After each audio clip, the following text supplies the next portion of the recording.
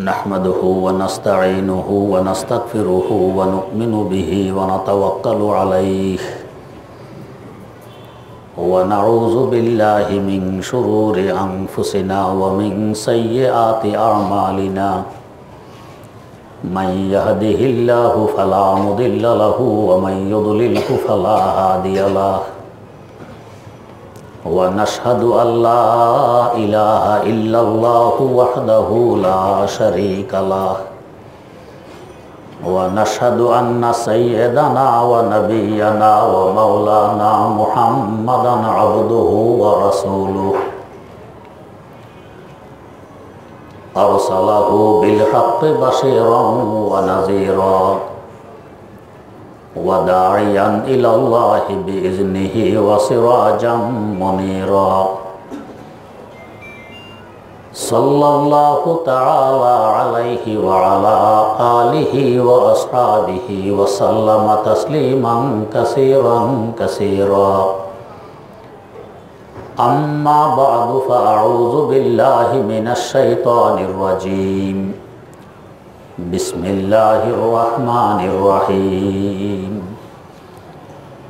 يا أيها الذين آمنوا اتقوا الله وكونوا مع الصادقين صدق الله مولانا العظيم اللهم صل على سيدنا محمد وعلى آل سيدنا محمد كما صليت على سيدنا إبراهيم وعلى آل سيدنا إبراهيم إنك حميد مجيد اللهم بارك على سيدنا محمد وعلى آل سيدنا محمد كما باركت على سيدنا إبراهيم وعلى آل سيدنا إبراهيم إنك حميد مجيد আল্লাহ রাব্বুল আলামিন আমাদের মধ্যে দিয়েছেন রূহ, যার বদৌলতে আমরা জিন্দা। এর সাথে দিয়েছেন নফস, এটা আমাদেরকে আপদে কুপথের দিকে ডাকে, রূহ ভালো কাজের দিকে ডাকে। এই দুইটি শক্তি আছে ভিতরে, বাইরে আরেকটি শক্তি আছে শয়তান, ইবলিস।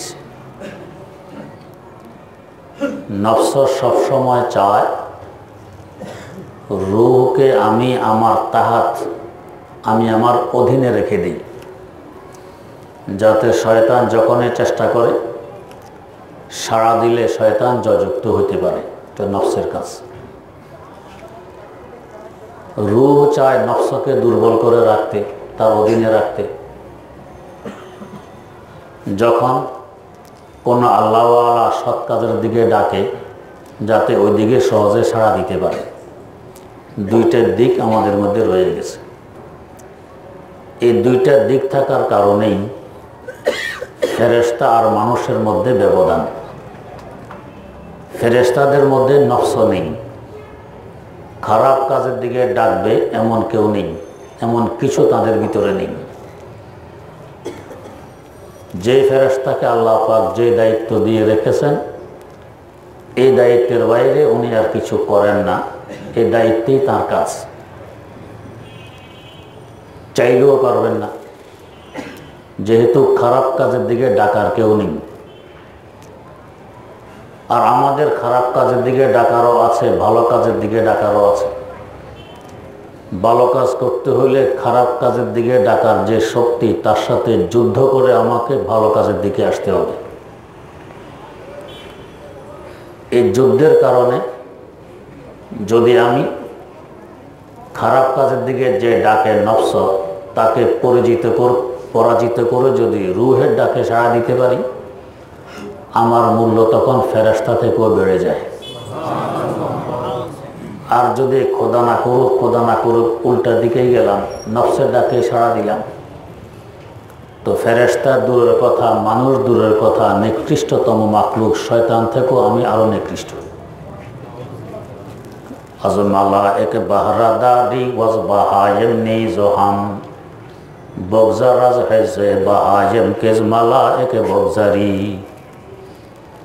ফেরেশতার সাথে এক সম্পর্ক, বন জঙ্গলের হাইওয়ান জানোয়ারের সাথে আরেক সম্পর্ক। পাশবিক স্বভাব এটা নফসের শক্তি। যদি নফসের শক্তিকে পরাজিত করে ফেরেশতাদের শক্তিকে কামিয়াবির সাথে কাজে লাগাইতে পারি, তো ফেরেশতা থেকেও তুমি ঊর্ধ্বে উঠে যাবে। দাম্বা খোদা না করুক যদি এর বিপরীত ঘটে, ওয়ারসাওয়াদ খাসলত তোরাম নেসলে বাহায়েম আয় বাসার খারো আজ হায়ওয়ান বিহেজে মালায়েকে বগজারি। হাইওয়ান জানোয়ারের যে স্বভাব আমারও সেই স্বভাব। এখন মানুষ থাকা দূরের কথা, হাইওয়ান জানোয়ার থেকেও নিকৃষ্ট হয়ে পড়ব। কেন এত নিকৃষ্ট হব? খুব ভালো বস্তু নষ্ট হলে বেশি নষ্ট হয়, খারাপ কিছু নষ্ট হলে এত নষ্ট হয় না। যেমন ধরুন গরু ছাগল ঘাস খায়, খড় খায়, ভুসি খায়। এই ঘাস খড় ভুসি এদের পেটের ভিতরে যাওয়ার পর গোবর হয়। এই গোবর আমরা হাতে ধরে গাছের গোড়ায় দেই, ক্ষেত খামারে ব্যবহার করি, এত গিনেই না। আর আমরা কি খাই? পোলাও, কোরমা, বিরিয়ানি, কালিয়া, কোপ্তা, মাছ, গোশত, কত দামি দামি খাবার, সুস্বাদু গ্রাণযুক্ত খাবার। এটা আমাদের ভিতরে যাওয়ার পর যখন নষ্ট হয়, বেরিয়ে আসে, একে বলা হয় পায়খানা। এই পরিমাণ খারাপ, ওইদিকে তাকানো যায় না, ধরা যায় না, গন্ধ শোকা যায় না, এত দুরবস্থা। কেন এই ব্যবধান? ঘাস খড় ভুসি এগুলো এত দামি ছিল না, নষ্ট হয়ে গেছে, তাই কত নষ্ট হয়নি। আর আমাদের খাবার এক প্লেট বিরিয়ানি 300, 400, 500 টাকা, অনেক দামি। এটা নষ্ট হওয়ার কারণে বেশি নষ্ট হয়ে গেছে। তো আমরা যে আশরাফুল মাখলুকাত, সবচেয়ে ভালো সৃষ্টি, নষ্ট হয়ে গেলে সবচেয়ে খারাপ, ভালো হইলে সবচেয়ে ভালো, নষ্ট হইলে সবচেয়ে খারাপ। তো আমাদের ভিতরে নফস আছে, রূহ আছে। নফস সবসময় ধোকার তরিকা, ধোকার রাস্তা অবলম্বন করে রূহকে ধোকা দিয়ে তার বশ করার জন্য। এই সম্পর্কে আরিফ বিল্লাহ আল্লামা জালালউদ্দিন রুমি রহমতুল্লাহ আলাই একটি দৃষ্টান্ত দিয়েছেন মুসনবী শরীফে, বোঝার জন্য দৃষ্টান্ত হইল, এক ইঁদুর সাগরের পাড়ে চড়তে আসছে, ঘুরতে আসছে। ইঁদুর, ব্যাঙ থাকে পানিতে, ওই বেচারাও কি কাজে উঠে আসছে। দুজনের সাক্ষাৎ। তো ইঁদুরের কাছে ব্যাঙের দিকে তাকাইতে ভালো লাগলো, ব্যাঙের কাছে ইঁদুরের দিকে তাকাইতেও ভালো লাগলো। তো দুজনের কাছে ভালো লাগলে বন্ধুত্ব স্থাপন করে।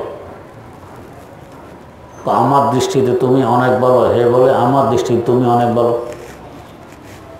তো দুজনের দৃষ্টিতে যখন দুজন ভালো, চলো বন্ধুত্ব গড়ে তুলি, তো ভালো কথা। এখন দুজন বন্ধু, বন্ধুত্ব স্থাপন হলে মনে চায় দেখা সাক্ষাৎ করি বেশি বেশি। এমনি যে একদিন পর পর সাক্ষাৎ করলে মহব্বত বাড়ে, এটা প্রেমিক প্রেমাস্পদের বেলায় নয়। এরা এর থেকে মোস্তাসনা, এরা এই হুকুমের বাইরে। এদের যত ঘন ঘন সাক্ষাৎ হয় মহব্বত তত বাড়বে। আর যাদের মধ্যে বন্ধুত্বের সম্পর্ক স্থাপন হয়নি, এরা একাধ দিন পর পর, এক দুদিন পর পর, কিছুদিন পর পর সাক্ষাৎ করলে মহব্বত বাড়ে। সবসময় সাথে থাকলে এই মহব্বত বাড়ে না, কমে যায়, অনেক সময় তিক্ততা আসে। আর যার সাথে গভীর বন্ধুত্ব, এর বেলায় এই হুকুম নয়। এই যত কোনো সাক্ষাৎ করতে পারে, যত কাছে থাকতে পারে, ততই মহব্বত বাড়বে, যত কথা বলবে ততই কথা বাড়বে। তো এখন দুজনের বন্ধুত্ব, উভয়জন চায় সাক্ষাৎ করি খুব ঘন ঘন।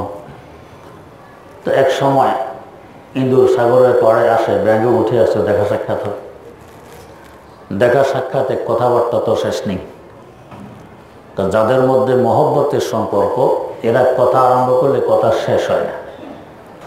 যে সমস্ত আল্লাহর ওলিদের আল্লাহ রাব্বুল আলামিনের সাথে মহব্বতের সম্পর্ক, এরা কোরআনে কারীম যতই তেলাওয়াত করে আরও তেলাওয়াত করতে মনে চায়, শেষ করতে কষ্ট হয়, মনে চায় না। কেন? তে হোসনে কে সায়ে এশকাস্তে দর দফতর নমি আরি। আল্লাহ পাকের মহব্বতের কথাবার্তা এগুলো সব। এই জন্য এই কথার স্বাদের কোনো শেষ নেই, যতই বলি ততই বলতে মনে চায়। তাই বুজুর্গানে দিন বলেন, কালাম তেলাওয়াত করা মানে আল্লাহ রাব্বুল আলামিনের সাথে কথাবার্তা বলা। তো কীভাবে কথা বলা? এক আয়াত তেলাওয়াত করার পর যখন আরেক আয়াত তেলাওয়াতের তৌফিক হয়ে গেছে, বুঝা গেছে আমার আল্লাহর কাছে আগের আয়াতের তেলাওয়াতটা ভালো লাগছে, বলতেছেন বান্দা আরেক আয়াত তেলাওয়াত করো, তোমার তেলাওয়াত আমার কাছে ভালো লাগে। এটা কথা শুরু হয়ে গেল। কথাটা কেমন? तो तुझे सा कोई हमदम कोई दम साज नहीं है, तुझे सा कोई हमदम कोई दम साज नहीं है, बातें तो हैं हर दम मगर आवाज नहीं है। আল্লাহ, তোমার মতো এমন বন্ধু পাবো কই, অহরহ কথা চলতে থাকে আওয়াজবিহীন অবস্থায়। কথা হয় কিন্তু আওয়াজ হয় না। আল্লাহ, তো যতই তেলাওয়াত করবে ততই তেলাওয়াত করতে মন চায়, এটা ছাড়তে মন চায় না। কেন? মহব্বতের সম্পর্ক। এখন ইঁদুর আর ব্যাঙ, মহব্বতের সম্পর্ক, কথা তো শেষ হয় না। বারবারে মন আছে একটু কথা বলি, মন আছে একটু কথা বলি। মহব্বতের সম্পর্ক যাদের সাথে, কথা যতই লম্বা হোক মনে হবে এই মাত্র না কথা শুরু করলেন। আর যার সাথে মহব্বতের সম্পর্ক নাই, সংক্ষেপে কথা বললো কবাই আর বকবক করবেন না, ভালো লাগে না। তো মহব্বতের কথার স্বাদ বেশি, যতই বলুক কম মনে হয়। এখন ইঁদুরেরও তৃপ্তি হয় না, ব্যাঙেরও তৃপ্তি হয় না, কথাবার্তা বেশি বলতে মনে চায়। আর যখনই মনে চায় সাক্ষাৎ করবো, কিন্তু ও থাকে পানিতে, এ থাকে শুকনায়, যোগাযোগ হবে কীভাবে? মুশকিল। তো ইঁদুর বুদ্ধি দিছে, দুজনে পরামর্শ করে ইঁদুরের বুদ্ধি করে, এক কাজ করো, আমি সাগরের পাড়ে আসলে তুমি তো খোঁজ পাও না আমি আসছি কি না আসছি, আর সাগরের ঢুকা তো আমার পক্ষে সম্ভব নয়, আমার তো শ্বাস নিঃশ্বাস সেখানে ঢুকলে সরবে না, পানিতে আমি থাকতে পারবো না। আর তুমি যেভাবে পানিতে থাকতে পারো শুকনাতেও পারো, তোমার শ্বাস নিঃশ্বাস শুকনাতেও সরে, অসুবিধা নেই। তো তোমার উপরে আসতে অসুবিধা হয় না, আমার কিন্তু নিচে যেতে অসুবিধা হয়। তো আমার অসুবিধা যখন হয়, এক কাজ করো, তোমারটাই তুমি কাজে লাগাও। কি? তুমি উপরে আসবা, কিন্তু আমি যে আসছি সংবাদ পাইবা কীভাবে? টেলিফোন টোন তো নাই, সংবাদ পাইবা কীভাবে? তো এক কাজ করো, একটা সুতার ব্যবস্থা করি, এক মাথা আমার পায়ের সাথে বেঁধে দিই, আর এক মাথা তোমার পায়ের সাথে বেঁধে দিই। লম্বা সুতা থাকবে, আমি আমার কাজে বাইরে ঘুরবো, তুমি তোমার কাজে সাগরে ঘুরবে। যখনই আমার সাক্ষাতের জন্য মন বেকুল হবে, আমি সুতা টান দিব, টান দিলে বুঝবে হ্যাঁ বন্ধু এসে গেছে সাগরের পাড়ে, তুমি উঠে আসবা, দুজনের সাক্ষাৎ হবে, কথাবার্তা হবে। ইঁদুরের তুলনায় ব্যাঙ কিছু আবহাওয়া হয়, বোকা হয়, বেকুব টাইপের। আর ইঁদুর খুব চালাক, না হলে কি সহজে বিড়ালের ছোবল থেকে বাঁচতে পারে, খুব হুঁশিয়ার চালাক। মানুষের ইরিদাম কেটে কেটে কিভাবে মাটির নিচে গুদামজাত করে, চালাক না হলে কি পারত? উপরে ধুয়ে দিত, যখন ইচ্ছে এসে খেয়ে যাব, উপর রাখবে না, লুকিয়ে রাখে যাতে গৃহস্থর টেন না পায়, খুব চালাক। এখন দুজনেরই সাক্ষাতের সময় হলে ব্যাঙ রশি টান দিলে ইঁদুর সাগরে পাড়ে হাজির হয়, ব্যাঙ উপরে উঠে কথাবার্তা বলে। ইঁদুরের প্রয়োজন পড়লে রশি টান মারে, ব্যাঙ উপরে ওঠে, ইঁদুরে কথাবার্তা বলে, দুজনের সাথে খুব যোগাযোগ। একদিন ইঁদুর সাগরের পাড়ে আসছে, রশির টান দিবে, ব্যাঙ এখনো সাগরের ভিতরে, উপরে একটা চিল উঠতেছে, চিল দেখা যায় আমার সুস্বাদু খাবার সাগরের পাড়ে ঘুরতেছে। আর এশক মহব্বত যখন মানুষের মধ্যে খুব বেশি হয়ে যায়, তো তখন নিজের চিন্তা ফিকির আর থাকে না, এশকের ভিতরে, প্রেমের ভিতরে ডুবে থাকে, নিজের খবর থাকে না। আর যদি প্রেম সাগরে ডুবে না দেয়, তো এটা এশকই কিসের, প্রেমে কিসের, মহব্বতে কিসের? যতক্ষণ পর্যন্ত নিজকে নিজে বুঝে এটা আমার জন্য ভালো, এটা আমার জন্য মন্দ, অতক্ষণ এশক কি হয় না? এশক হয় না, প্রেম হয় না। আমরা তো সাধারণত মহব্বত, ভালোবাসা সব কিছুকে বলি প্রেম, আসলে সব কিছু প্রেম নয়। আলী মুর্তজা রাদিয়াল্লাহু তাআলা আনহুর একটি শের আছে দিওয়ানে আলীর মধ্যে, তাগায়্যারাতিল মাওয়াদ্দাতু ওয়াল ইখাউ ওয়া কাল্লা সিদকু ওয়া তাতাআর রাজাউ।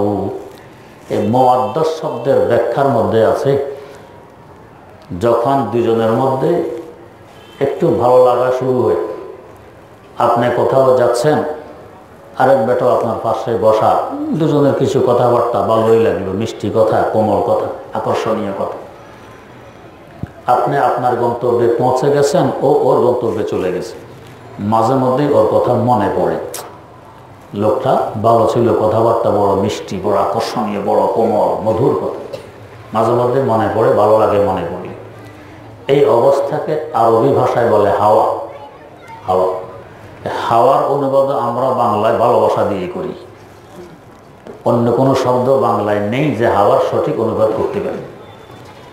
এই লোকটার কথা মনে আসে আবার যায়, এক দুদিন পরে আবার মনে আসে আবার যায়, এভাবে আসা যাওয়া করতে করতে এক সময় দেখবেন মনে বসে গেছে, এখন আর যায় না।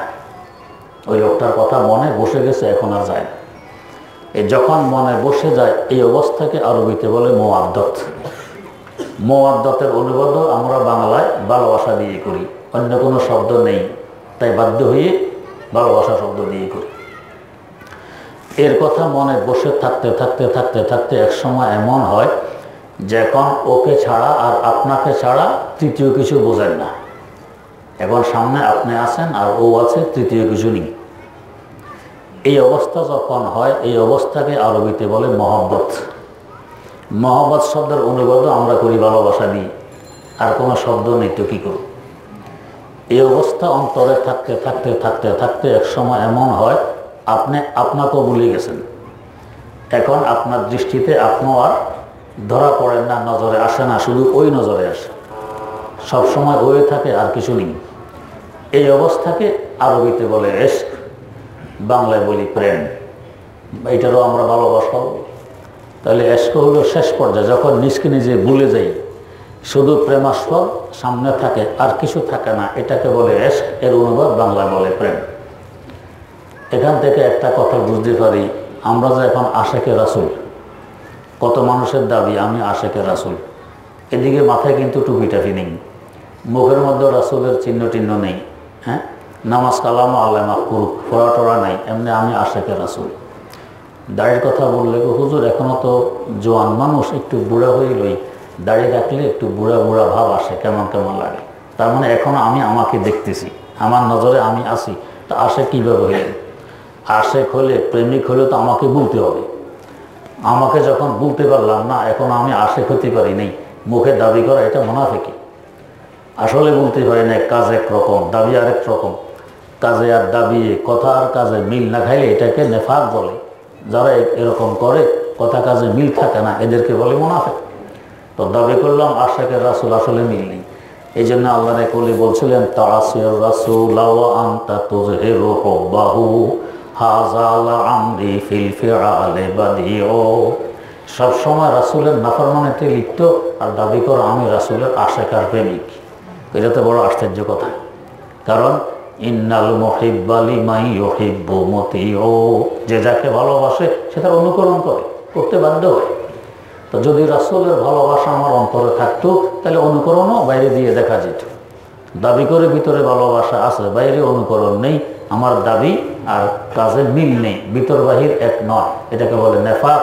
আর যারা এই অবস্থা যাদের হয়, এদেরকে বলে মুনাফিক। যাই হোক, তো এখন এই চিল দেখা যায় আমার সুস্বাদু খাবার ইঁদুর ঘুরতেছে সাগরে পাড়ে, এসে সবল মারল, নখ বসায় দিলে ইঁদুরের মধ্যে দিয়ে তো উড়া। তো ইঁদুর যে উঠতেছে, ইঁদুরের পায়ের সাথে তো ব্যাঙের পা বাঁধা, এখন ব্যাঙ এটার সাথে উপরে ঝুলতেছে। হায় হায় হায়, চিল তো বড় খুশি, শিকার করছিলাম একটা, এখন দেখি দুইটা। এক শিকার, এক গুলিয়ে দুই শিকার, হ্যাঁ, বড় ফায়দা। একটা ফায়দা দুইটা হয়ে গেল। এখন ইঁদুরকেও ছেড়ে ফেড়ে খাইলো, ব্যাঙকেও ছেড়ে ফেড়ে খাইলো, দুইটাই ধ্বংস হয়ে গেল। কেন? একটা একটাকে বেঁধে রাখছে, যার কারণে ধ্বংস করছে চিলে এসে। আল্লাহ আমার রুমে দৃষ্টান্ত দেন, তোমার রূপ এটা হলো ব্যাং, নফস এটা হলো ইঁদুর আর শয়তান হলো চিল। এখন নফস চায় রুকে বেঁধে রাখি আমার সাথে, বেঁধে রাখলে যখনই শয়তান থাবা মারবে আমার সাথে রুহও নষ্ট হবে। নফস জাহান্নামে যাবে, সাথে রুহও জাহান্নামে যাবে, দুইটাই নষ্ট হবে। এটা বেঁধে রাখতে চায়। তো এখন তুমি এই বাঁধা থেকে বাঁচতে হলে কী করা লাগবে? নফসকে দুর্বল করা লাগবে। তো কেমনে করবা? হয়তো বাঁধার জন্য রাজি হবে না, আমি আমার রুহকে নফসের সাথে বাঁধব না। নফস থাকবে ভিন্ন, রুহ থাকবে ভিন্ন, বাঁধার চেষ্টা করব না, বাঁধব না। বাঁধব না মানে নফসের বিরুদ্ধে করবো, নফসের কোনো কথা শুনবো না।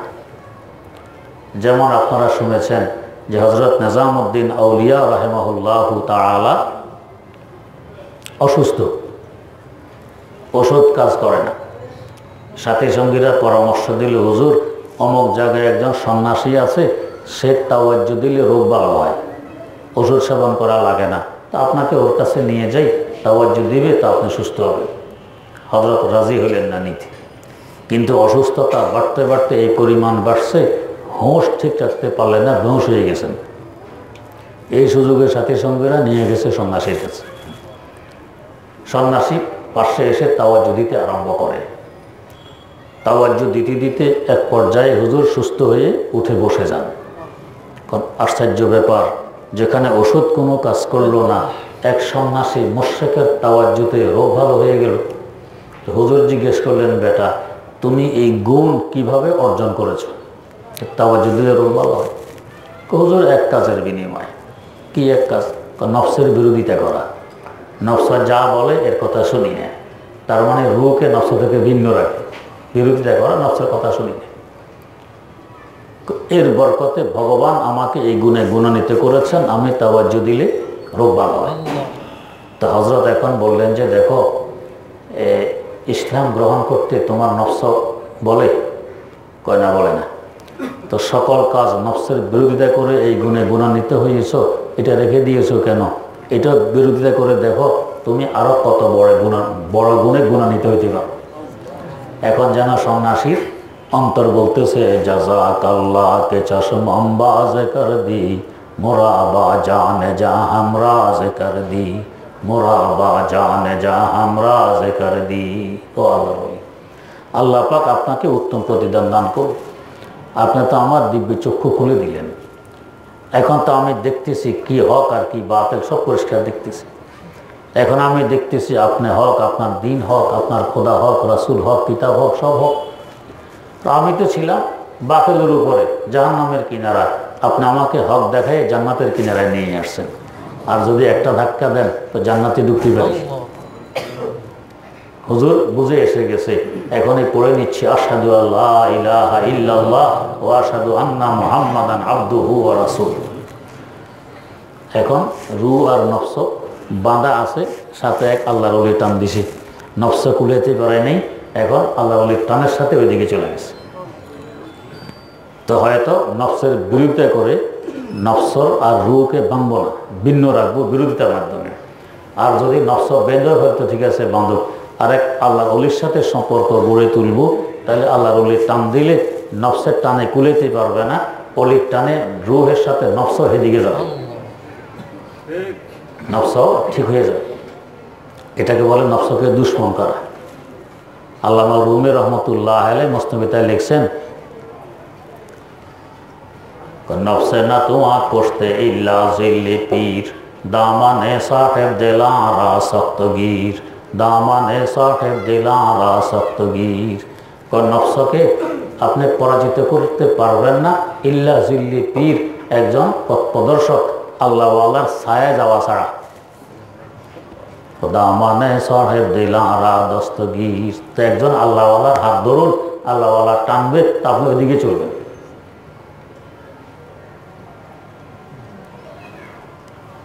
অনেক সময় দেখবেন শুধু সম্পর্ক গড়ে তুলছেন, আর কিছু করতে পারেননি। এই সম্পর্কের কারণে অনেক পরিবর্তন অনুভব হবে, সম্পর্কের কারণে অনেক পরিবর্তন অনুভব হবে। যেমন হযরত রাসূল আকরাম সাল্লাল্লাহু আলাইহি ওয়াসাল্লাম হেরা পর্বতের গুহায়, হযরত জিবরিল আমিন আসলেন, বললেন ইকরা, পড়ুন। জবাব দিলেন মা আনা বেকারি, আমার থেকে পড়া যাচ্ছে না। এরপরে উনি এসে হুজুরকে আমজা করে দিলে খিঁচা মারলেন, খিঁচা মেরে ছেড়ে দিয়ে, তো খিঁচা মারছেন, ছেড়ে দিয়েছেন। এরপর তো আর উনি নিজে পড়ার নেই। এবারে বললেন পড়ুন, আবারও মা আনা বেকারি, আমার থেকে তো পড়া যাচ্ছে না। আবার আমজা করে ধরলেন, খিঁচা মারলেন, ছেড়ে দিলেন। এরপরও কিন্তু পড়ার নাই, আলিফ বা তা সা কিছু পড়ার নেই। এবারে আবার বললেন পড়ুন, আবার বল আমার থেকে পড়া যাচ্ছে না। তৃতীয়বার আবার আমজা করে ধরলেন, খিঁচা মারলেন, খিঁচা মারা করে ছেড়ে দিলেন। এবার আর পড়ুন বলার দরকার নাই, নিজে নিজে পড়া আরম্ভ করে দিলেন। ইকরা বিস্মি রাব্বিকাল্লাযী খালাক, পড়া শুরু করছেন। কেমন হইল? এখনো তো উনি পড়ার নেই।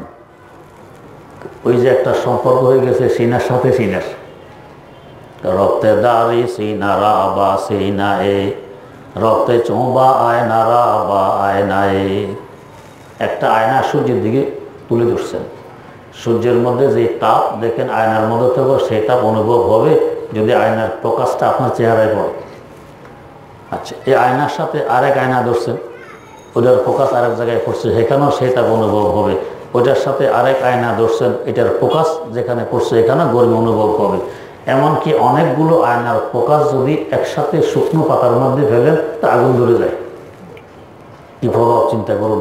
অথচ সূর্য তো এখানে নাই, কিন্তু ওই যে সূর্যের সাথে মুখোমুখি হওয়ার কারণে সূর্যের প্রভাব এখানে বিস্তার করে। তো সিনার সাথে সিনা যখন মুখোমুখি হয়, সম্পর্ক গড়ে তোলেন, আর কিছু এখনো হয়নি, এর মধ্যে দেখবেন যে পরিবর্তন অনুভব হবে, অন্যরকম ভাবসাব হবে। তো রাসূল আকরাম সাল্লাল্লাহু আলাইহি ওয়াসাল্লামের সিনার সাথে জিবরিল আমিন আলাইহিস সালাম সিনা মিলাইলেন। আর ওই সিনা তো আসছে আলমে মালাকুত থেকে। তাই আলমে মালাকুতের কিছু স্বভাব, কিছু খাসিয়ত, কিছু প্রভাব এখানেও বিস্তার করছে। এখন আলমে মালাকুতের ওহী বাস্তব জগতের ওহী গ্রহণ করা সহজ হয়ে গেছে। এখন আর পড়ানোর প্রয়োজন পড়েনি, বিনা পড়ানোয় তিনি নিজে নিজে পড়া আরম্ভ করে দিয়েছেন সিনার সাথে সিনা। তেমনিভাবে হযরত আবু হুরায়রা রাদিয়াল্লাহু তাআলা আনহু একদিন বললেন, হুজুর আপনার থেকে তো আমি শুনি কত কথাবার্তা, আমার তো মনে থাকে না, ভুলে যাই। হুজুর করলেন কি, নিজের রুমাল মুবারক বিছাইলেন, বিছাইয়া খালি হাত তিনবার 3 চিল্লু রুমালের মধ্যে কি যেন রাখলেন, কিছু নাই এমনি রাখার পরে রুমালটা তুলে তার সিনার সাথে লাগাই দিলেন। এরপর থেকে যা শুনেছি আর আমি কিছু বলিনি। এই সিনা, অথচ কিছু পড়ার নেই, কোনো মন্ত্রও বলেন নাই, তাও ইস্তেমানও দেন নাই, সিনার সাথে লাগাই দিলেন ওই রুমালটা। এতে সিনা খুলে গেছে, এখন যা শোনেন তাই মনে আসে।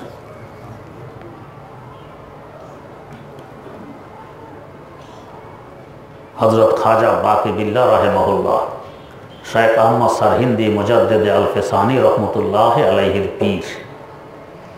শাইখ আহমদ সারহিন্দি আগেও পীর ছিলেন, তার আব্বার খলিফা। আব্বার বিয়োগের পরে হযরত খাজা বাকি বিল্লাহ রাহিমাহুল্লাহ তাআলার কাছে আবার মুরিদ হয়েছেন। পীর হওয়ার পরও আবার মুরব্বী থাকলে মুরব্বী ধরা লাগে। আমার শেখ মুর্শিদ শেখুল ইসলাম আল্লামা তাকি উসমানী দামাত বারাকাতুহুমের পীর ছিলেন হযরত ডক্টর আব্দুল হাই আরেফি রহমতুল্লাহ আলাইহি। তিনি ওনার খলিফা, খেলাফত প্রাপ্ত। আরও অনেক পীরও খেলাফত দিয়েছেন, কিন্তু এরপরও ডক্টর সাহেব রহমতুল্লাহ আলাইহির ইন্তেকালের পর আবার হযরত মাওলানা মসিহুল্লাহ খান রহমতুল্লাহ আলাইহির কাছে জালালাবাদ গিয়ে আবার মুরিদ হয়েছেন। ওনার সাথে সেখানে এতেকাফও ছিলেন। সবসময় এটাকে হেফাজতে রাখতে হয়, ছেড়ে দিলেই সমস্যা। আল্লাহ তো খাজা বাকি বিল্লাহ রহমতুল্লাহ আলাইহির কাছে শাইখ আহমদ সারহিন্দি রহমতুল্লাহ আলাইহি মুরিদ। উন্নতি লাভ করতে করতে করতে করতে এমন এক মকামে পৌঁছলেন, এমন এক স্তরে পৌঁছলেন, তখন তার ধারণা এই স্তরের উপরে বেলায়েতের আর কোনো স্তর নেই। এটাকে সুফিয়ানে কেরামের পরিভাষায় বলে ওয়াহাদাতুল ওজুদ, এর উপরে আর কোনো স্তর নেই। তো দোয়া করতেন, আল্লাহ আমাকে এখান থেকে আর সরাইও না, এই স্তরে মেহরবানি করে পৌঁছিয়ে দিয়েছ, এখান থেকে আর সরাইও না, দোয়া করতেন। খাজা বাকি বিল্লাহ রহমতুল্লাহ আলাইহির কাছে মুরিদ হওয়ার পর একদিন দেখতেছেন সরে যাচ্ছেন, তো তওবা শুরু করছেন, ইস্তেগফার শুরু করছেন, ইন্না লিল্লাহ, বোধহয় কোনো গুনাহ হয়ে গেছে যার কারণে আমাকে আল্লাহ পাক সরাই দিতেছেন। কিন্তু দেখতেছেন সরতে সরতে নিচের দিকে সরেননি, আরও উপরের দিকে গিয়ে যাকে বলা হয় ওয়াহাদাতুশ শুহুদ, ওইখানে গিয়ে পৌঁছেন। এখন আগে তওবার উপরে আবার তওবা করতেছেন যে আমি আগে কি মনে করেছিলাম যে অলিদের এখানে স্তর শেষ, আল্লাহ পাক শেষ স্তরে আমাকে পৌঁছায় দিয়েছেন। এখন থেকে এটা তো ভুল ছিল, উপরে তো আরও স্তর আছে, আল্লাহ পাক আমাকে এখানে পৌঁছায় দিয়েছেন। তো খাজা বাকির বিল্লাহ রহমতুল্লাহ আলাইহি একদিন মজলিসে এই সময় মেহমান আসছে, মেহমানদারি করবেন এমন কিছু ব্যবস্থা নেই তার কাছে। একটু চিন্তা করতেছেন, মেহমান আসছে, মেহমানদারি করার কিছু নেই। কিছু কিছু মুরিদ আছে পীরের সংস্রবার সোহবতে থাকতে থাকতে আল্লাহ পাক এদেরকে হুঁশিয়ার বানাই দেন, অনেক হুঁশিয়ার। ব্যবসা বুঝলেই ওনারা জেনে ফেলে আসলে কি করা লাগবে। তো ওনার এক মুরিদ রুটির ব্যবসা করে, হালুয়ার ব্যবসা করে, তুই বলে নাম ভাই। এই বেচারা বুঝছে যে মেহমান এসে গেছে, মেহমানদারে নিশ্চয় হুজুর কাছে কিছু নেই, তাই হুজুরের চেহারা একটু চিন্তার ছাপ। আস্তে করে উঠে গেছে নিজের দোকানে, গিয়ে সেখান থেকে রুটি কতগুলো, হালুয়া কতগুলো সুন্দর করে এনে হুজুরের সামনে, হুজুর আপনার জন্য হাদিয়া। তো হুজুর পেয়ে অত্যন্ত খুশি হয়ে গেলেন, মেহমানদারির ব্যবস্থা হয়ে গেছে। খুশি হয়ে এখন বললেন, বলো তোমার জন্য কি দোয়া করব, যে দোয়া করতে বলো এটাই করব। এই তো ফেসিস হুজুর, হুজুর আমাকে আপনার মতো বানায় দেন, আমাকে আপনার মতো বানায়। এটা চাইও না, অন্য কিছু চাও। কেন আপনি ওয়াদা করছেন, যেটা চাবো এটাই দোয়া করবেন, আমি এইটাই চাই। দেখো অন্য কিছু বলো, এটা চাইও না। না হুজুর আপনার তো ওয়াদা, আমি যা চাই এটাই দিবেন, আমি এটাই চাই। তো হুজুর তো ওয়াদা ছিল, তো কী করবেন। একে নিয়ে ভিতরে ঢুকছেন, কামরার ভিতরে দুয়ার জানালা বন্ধ করছেন, কিছু সময় ভিতরে ছিলেন। এরপরে দুয়ার খুলে কামরা থেকে দুজন মানুষ বেরিয়ে আসছে, দুজন খাজা বাকি বিল্লাহ। চেহারা সুরত পর্যন্ত একরকম, কোনো ব্যবধান নেই, তবে একটু বেশ কম। একজন একদম স্থির, আরেকজন একটু বিচলিত। এর মধ্যে যে বিচলিত হঠাৎ করে পড়ে সে মারাই গেছে। তখন হযরত বললেন যে বলছিলাম এটা চাইও না, অন্য কিছু চাও। সে এটাই চাইলেও এখন সহ্য করতে পারেনি। তো তাকে তো এখনো পড়ায়নি, কোনো সবক টবক দেয়নি, কোনো কিছু করেনি। এই পরিবর্তন কেমনে ঘটবে? শুধু দুজনের সিনার মধ্যে সম্পর্ক গড়ে উঠছে, ওই সিনার সম্পর্কের কারণেই এভাবে পরিবর্তন হয়ে গেছে। তো জিবরিল আমিন আলাইহিস সালাম যে প্রথম খিসা মারলেন, ওই খিসার দ্বারা এটাকে বলা হয় তাওয়াজ্জুহে ইনআকাসি, ছায়া পড়ছে, সামান্যতম প্রভাব। যখন কোনো বুজুর্গের দরবারে যাওয়া হয় তো তখন আখিরাতের কথা খুব মনে পড়ে। তখন মনে আসে দুনিয়ার গুনাহ খাতা সব বাদ দিয়ে আল্লাহ ভালো হয়ে যায়। কিন্তু ওনার সংসদ থেকে যখন বেরিয়ে আসে, মজলিস থেকে বেরিয়ে আসে, আবার যে আসে মজলিসে থাকার যে অবস্থা, এটা এখন আর থাকে না। বাকি এটাকে ছায়ার মতো একটু আসলো, আবার গেল। দ্বিতীয়বার যখন আবার আঞ্জা করে ধরে চাপ দিলেন, তাওয়াজ্জু দিলেন, একে বলা হয় তাওয়াজ্জুহে এলকাই। আগুনের কাছে কতক্ষণ বসে থাকে, আপনার দেহ গরম হয়েছে, এটা ঠান্ডা হইতে একটু দেরি হয়, দেহ গরম থাকে, কিছুক্ষণ ছিলেন যে। আর পাশ দিয়ে শুধু হেঁটে চলে গেছেন, যাওয়ার সময় গরমে অনুভব হয়েছে ঠিক, কিন্তু এটা দেহে থাকেনি। আর একটু সময় যে বসে আছেন আগুনের পাশে, দেহ গরম হয়ে গেছে, এখন আগুনের কাছ থেকে সরে আসার পরেও দেহটা কিছু সময় গরম থাকে। আর যদি একবারের সাথেই থাকেন, একবারের সাথে, এখন তাওয়াজ্জুহে ইত্তেহাদি হয়ে যায়। যেমন একটা লোহা আগুনের ভিতরে ঢুকেছেন আর বাইর করেন না, এই লোহা আগুনে থাকতে থাকতে আগুনের যে রং, লোহার সেই রং। আগুন গায়ে লাগাইলে ঠোসপটে পড়া যায়, ওই লাল রঙের লোহা এটা গায়ে লাগালেও ঠোসপটে পড়া যাবে, সব এক হয়ে গেছে। কেন? অনেক সময় থাকার কারণে। তো ঠিক এরকমভাবে সিনার সাথে সিনার সম্পর্ক গড়ে তুলছেন। এখনো কোনো ওজিফা পালন করেননি, কোনো সবক এখনো আদায় করেননি, এ শুধু সম্পর্কের কারণেও দেখবেন যে অন্তর মধ্যে পরিবর্তন করছে। এখন যদি ওই চিল ছোঁ মেরে নিয়ে যেতে চায়, আপনার তো কি আছে, সম্পর্ক আছে আল্লাহ আল্লাহর সাথে, এত সহজে পারবে না, বরং নফস সহ এদিকে আসবে। আপনারা ঘটনা শুনছেন, কোনো এই মোরগ গাছের ডালে বসে থাকে, কোনো মোরগ রাত্রেও গাছের ডালে থাকে, হেনে বসে বসে ঘুমায়। তো মোরগ কুকুরুদ দেয়, গাছের ডালে বসে কুকুরুদ দিছে, দিতে শিয়াল টের পাইছে মোরগ তো এখানে আছে, কিন্তু গাছের ডালে শিয়াল গাছের নিচে, শিয়াল যদি গাছে উঠতে যায় মোরগ উড়া দিয়ে আরেক গাছে যাবে, শিয়াল তার উড়া দিতে পারবে না, এটা শিয়াল বোঝে। আর শিয়ালেরও শিয়াল মার্কার বুদ্ধি থাকে, খুব হুঁশিয়ার। তো বলে মাশাআল্লাহ আজান দিয়েছো ভালো কথা, আসো জমাতে নামাজটা করে নিই। তার মোরগকে নামালে তো খপ করে ধরবে, ধরে খেয়ে ফেলবে। মোরগও তো শিয়াল থেকে বুদ্ধি কম রাখে না, এমনিকের গাছের ডালে ঘুমায় রাত্রে। কয় যে মাশাআল্লাহ ভালো কথা, আজান তো দিছি, নামাজ পড়বেন, আপনি মুসল্লি আমি মুয়াজ্জিন, ইমাম সাহেব তো আছে, ওই যে ইমাম সাহেব শুয়ে আছে, ইমাম সাহেবকে একটু জায়গায় ডাকে আনি। এটা হলো কুকুর। ইমাম সাহেবের কথা শুনে দিছে দৌড় শিয়াল, কারণ কুকুরকে শিয়াল খুব ভয় পায়। আর কুকুর শিয়ালের গন্ধ পাইলে হ্যাঁ ফিসি ফিসি কী দৌড়ার দৌড়, যে পর্যন্ত ধরতে না পারবে ওই পর্যন্ত দৌড়াবে। এখন শিয়াল আছে। তো ঠিক তেমনিভাবে শয়তান যখন এসে বলবে যে চলো নামাজ পড়ি, নফস বলবে চলো নামাজ পড়ি, কারণ নফস আপনাকে যদি বলে এই নামাজ পড়ার দরকার নেই, নফস বোঝে আপনি এটা শুনবেন না। শয়তানও যদি বলে নামাজ পড়ার দরকার নেই, শয়তানও বোঝে আপনি এটা শুনবেন না। আপনাকে অন্য রাস্তায় নামাজ থেকে বিরত রাখার চেষ্টা করবে। সে তো বড় হুঁশিয়ার, কারণ যার বয়স যত বাড়ে তার বুদ্ধিও তত বাড়ে। তো শয়তানের বয়স তো আমাদের আব্বাজান আদম আলাইহিস সালাম থেকে বেশি, তো কী পরিমাণ বুদ্ধি চিন্তা করে। অভিজ্ঞতা যত বাড়ে বুদ্ধিও তত বাড়ে। তো শয়তানের তো হাজার হাজার বছরের অভিজ্ঞতা, খুব বুদ্ধি। আপনাকে একথা বলবে না তুমি নামাজ পড়বে না, অন্য রাস্তায় নামাজ থেকে বিরত রাখার চেষ্টা করবে। যেমন কি করবে, আপনি অজু করে আসতেছেন, অজু তো হয়নি তোমার, এই একটু শুকনো আস, আবার দোয়াইছে, বাস আজকে একবারই। কালকে অজু করতে বসছেন, আবার দোয়াইছে একবার, কয় না এখনও রসি শুকনো হয়নি, আবার দোয়াইছে। এই বাড়াইতে বাড়াইতে বাড়াইতে বাড়াইতে আপনার সারাদিন দুইতেই থাকবেন, অজু করা শেষ হবে না। অজুতে আপনাকে লাগাই রেখে ওইদিকে নামাজ শেষ, অক্ত চলে গেল, শয়তান কামিয়াব। আমার নিজের দেখা, আমি ইয়া থেকে আসতেছি, কোথায় পাটুরিয়া ঘাট থেকে আসতেছি, মানিকগঞ্জ পার হয়েছি, দেখে আসরের আজান দেয়। তো গাড়ি থামাইয়া মসজিদে গেলাম যে জমাত পাওয়া যাবে, নামাজটা পড়ি। তো আজানের সময় দেখি এক বেটা উজু করতেছে মসজিদের সামনে, উজু করে।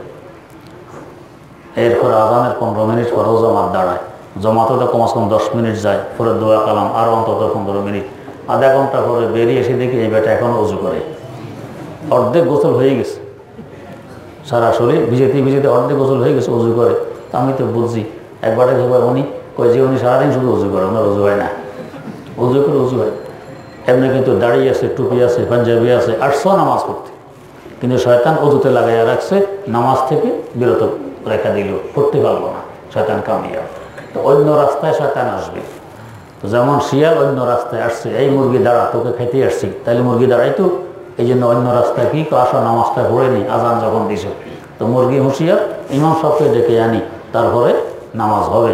এই শিয়াল দিছে দৌড় ইমাম সাহেবের ভয়ে। তো ঠিক শয়তান যখন আপনাকে ধোঁকা দিতে আসবে, বলে ইমাম সাহেব ডাকিয়ে আনি, আমার পিসা হুজুর আছেন, আমার একজন মুরব্বী, তার সাথে পরামর্শ করি, তারপরে দেখা যাবে কাজটা করা যাবে কিনা। এই শয়তান বলে সর্বনাশ, ওর সাথে পরামর্শ করলে আর আমার এখানে জয়যুক্ত হওয়ার কোনো সুরত নেই, যেহেতু উনি একজন বিজ্ঞ আল্লাহর ওলি, যেহেতু আমার দুর্বিদায় করবে, তো দরকার নাই, তুমি আগেরটাই করো, শয়তান বাড়বে। সাইয়েদেনা হযরত মুআবিয়া রাদিয়াল্লাহু তাআলা আনহু একবার তাহাজ্জুদের সময় টের পাননি, উঠতে পারেননি। যখন ঘুম ভাঙছে, দেখে ফজর রক্ত হয়ে গেছে, তাহাজ্জুদের রক্ত শেষ। নামাজ পড়ে আল্লাহর কাছে খুব টানলেন যে আল্লাহ, কোনো গুনাহ হয়ে গেলে তাহাজ্জুদ ছুটে যায়, আমার মনে হয় কোনো গুনাহ হয়ে গেছে, তাই তাহাজ্জুদ ছুটে গেছে, আল্লাহ তোমার কাছে ক্ষমা চাই। খুব কাঁদলেন। পরের দিন রাত্রে দেখেন যে কে যেন ওনাকে ডাকতেছে, মুআবিয়া ওঠো, তাহাজ্জুদ পড়ো, হ্যাঁ তাহাজ্জুদ পড়ো। আশ্চর্য, আমি তো একা কামরায়, আর তো এখানে কেউ নেই, কে আমাকে ডাকে? সজাগ হলেন, দেখা যায় ডাকে ইবলিস। চিনে ফেলছেন, সাহাবী রাসূল চিনে ফেলছেন, ইবলিস। আরে তুই তো ইবলিস, তোর কাজ তো হলো তাহাজ্জুদ না পড়ানো, উল্টা আমাকে পড়ার জন্য ডাকতেছ, ব্যাপারটা কি? কয় যে হুজুর, কালকে যে পড়তে পারেন নাই, এটাও আমিই করছিলাম এই কাজটা। আপনার হাত পা টিপসি, মাথা টিপসি, আরামে ঘুম পাড়া রাখছি, নামাজ পড়তে পারেননি, এটা আমিই করছি। কিন্তু ফরজে এমন কাঁদা দিলেন, এই কাঁদার কারণে তাহাজ্জুদ পড়লে যে সওয়াব হইতো, এর থেকে আরো বেশি সওয়াব আল্লাহ আপনাকে দিয়ে দিয়েছেন। তো আজকে যদি আবার ঘুম পড়াই, আজকে তো আরো কাঁদা বেশি দিবেন, আজকে সওয়াব আরো বেশি আসবে। আমি তো লসেই থাকবো, দরকার নেই, আগেরটাই ঠিক থাকুক, আপনি তাহাজ্জুদ পড়েন। এই কাঁদা কাটার কারণে যে সব বাড়বে, এইটাতে তো আমার লস, তা আপনি তাহাজ্জুদ করেন, এই জন্য এখন ডাকতেছি। শয়তান অন্য পন্থা আপনাকে ডাকবে। তো এখন শয়তান দেখবে যে আমি তো তাকে ডাকছিলাম এইদিকে, ও তো তার মুরব্বীর পরামর্শ নিয়ে এদিকে যাইয়া আমাকে লসে ফেলে দিছে, আপনাকে ডাকতেও আসবে না। এই জন্য একজন বিজ্ঞ মুরব্বী থাকলে শয়তান আপনাকে ডাকতেও আসবে। এই জন্য ইসলামে সংসব আর সোহবতের অনেক বেশি মূল্য। কুনু মা'আস সাদিকিন, সত্যবাদীদের কাছে থাকো। হুজুর সত্যবাদী তো নাই দুনিয়াতে, হ্যাঁ যেখানে যাই সমস্যা, সত্যবাদী নেই। আল্লাহ, আমি যেরকম আমার পথ প্রদর্শক তো সেরকমই হবে, কিন্তু আমি কি এদিকে না তাকাইয়া আমার পথ প্রদর্শক, আমার মুরব্বী, আমার পীর হবে আব্দুল কাদের জিলানী রহমতুল্লাহ আলাইহির মতো, আমার পীর হবে জুনায়েদ বাগদাদী রহমতুল্লাহ আলাইহির মতো, আমার পীর হবে মঈনুদ্দিন আজমিরি রহমতুল্লাহ আলাইহির মতো। আমরা চাই এরকম পীর। আমি যেরকম পীর তো এরকমই কোত্থেকে ভাবে এখন জিলানী এই যুগে। আল্লাহ, হাকিমুল উম্মত মুজাদ্দিদুল মিল্লাত হযরত শাহ আশরাফ আলী থানভী রহমতুল্লাহ আলাইহি আলেপায় উল্লেখ করেছেন, একবার সফর করতেছি রেলগাড়িতে, যে আরেক বাটা বসছে, হুজুরের পাশে বসছে, সাথে কুকুর একটা। কুকুর, কিছু মানুষ আছে কুকুর মার্কা মানুষ, কুকুর নিয়ে ঘোরে, কুকুরের পায়খানা সাফ করে, হাতের মধ্যে মোজা ঘোরে সাফ করে। আর দুনিয়াতে কাজ পাওয়া নেই কুকুরের পায়খানা সাফ করতে, কুকুর নিয়ে ঘোরে। তো হজরত জিজ্ঞেস করলেন, ভাই আপনি সফর করতেছেন কোনো জরুরতে, এইটার সাথে কি জন্য রাখছেন? এটা তো সফরের দরকার নেই। আপনারা একটা ওয়াজ করেন, কুকুর সাথে থাকলে আর ফেরেস্তা আসে না, আর রু তো ফেরেস্তাই কবজা করে, ফেরেস্তা নিয়ে যায়। এটার সাথে থাকলে ফেরেস্তা আসবে না, আমার রু আর কবজা করতে পারবে না, আমিও মরবো না, এই জন্য এটার সাথে রাখি। হুজুর তো হাকিমুল উম্মত যুক্তি তো ভালোই দিয়েছেন, কুকুর মরে কি না, কজি মরে তো রুকে কবজা করে, এই ফেরেস্তা করে। তাহলে যেই ফেরেস্তা কুকুরের রু কবজা করে, এই ফেরেস্তা তোমারটা করবে, আরো লস হয় না, তোমারটা করবে। আল্লাহ আল্লাহ মাফ করুক। তো আল্লাহ রাব্বুল আলামিন কুনু মা'আস সাদিকিন, সত্যবাদী। আমরা তো সত্যবাদী তালাশ করি জুনায়েদ বাগদাদীর মতো, আব্দুল কাদের জিলানীর মতো। হযরত মাওলানা আব্দুল মাজেদ দরিয়াবাদী মরহুম আগে পীরি মুরিদির বিরোধিতা করতেন, এগুলির দরকার নেই। একদিন কোনো কাজে থান এবং আসছেন, এসে দেখেন হযরত ওয়াজ করতেছেন, তো এই অবস্থা তার কথা বলা যাবে না, তো বাধ্য হয়ে মজলিসে বসে আছেন, ওয়াজ শেষ হলে কথা বলবেন। ওয়াজ শেষে 1 ঘন্টা পরিমাণ দাঁড়ায় দাঁড়ায় কাঁদলেন। কাঁদার পরে যে কাজে আসেন সেই কাজ বাদ দিয়ে হুজুর আমাকে মুরিদ করে ফেলুন। হযরত বললেন, তো আপনার জন্য মাওলানা মাদানী ভালো হবে। যদি আপনি বলেন, তো গেছেন দেওবন্দ হযরত হোসেন আহমদ মাদানী রহমতুল্লাহ আলাইহির কাছে মুরিদ হইতে। হযরতের কাছে দরখাস্ত দিলে হযরত বলেন, আপনার জন্য মাওলানা থানভী ভালো হবে। হুজুর আমি তো এখানে গিয়েছিলাম, উনি আমাকে আপনার কাছে পাঠিয়ে দিলেন। ও আচ্ছা, তো আমি যদি আপনাকে ওইখানে মুরিদ করে দিতে পারি, তো আপনার মর্জি। হযরত মাদানী তাকে নিয়ে আবার থানে বন্দে আসছেন, এসে বলতেছেন, হযরত ইনাকে আপনি মুরিদ করুন। হযরত বললেন, আমি তো আপনার কাছে পাঠিয়েছিলাম, আপনি করেন না কেন? হযরত মাদানীর জবাব দিয়েছেন, মাই ইসকে লায়েক নেহি হুঁ, আমি এর উপযুক্ত নই যে মুরিদ করুন। হযরত থানভী রহমতুল্লাহ আলাইহি জোশে আসছেন, তো मौलाना कौन किसको लायक समझता है, ना आप अब्दुल कादिर जिलानी हैं और ना मैं जुनायद बागदादी। কে কাকে উপযুক্ত মনে করে? আপনি আব্দুল কাদের জিলানী নন, আমিও जुनायद बागदादी নই। अलबत्ता इनकी असलाह के लिए आप भी काफ़ी हैं, मैं भी काफ़ी हूँ। ওনার সংশোধনের জন্য আপনার যথেষ্ট, আমিও যথেষ্ট। এখন जुनायद बागदादी এই যুগে আমরা পাবো না, তাই বলে কি নিরাশ হয়ে থাকবো? আমি যেরকম আমার ফির সেরকমই হবে, খুঁজলে পাওয়া যাবে। যদি পাওয়া না যাইতো তা আল্লাহ পাক কুনু মা'আস সাদিকিন এই আদেশ দিতে না, খুঁজতে হবে। যখন এরকম সম্পর্ক গড়ে তুলব, এখনো কোনো ওজিফা শুরু করি নেই, কোনো সবক শুরু করি নেই, তারপরেও দেখবেন শয়তান ভয় পাবে।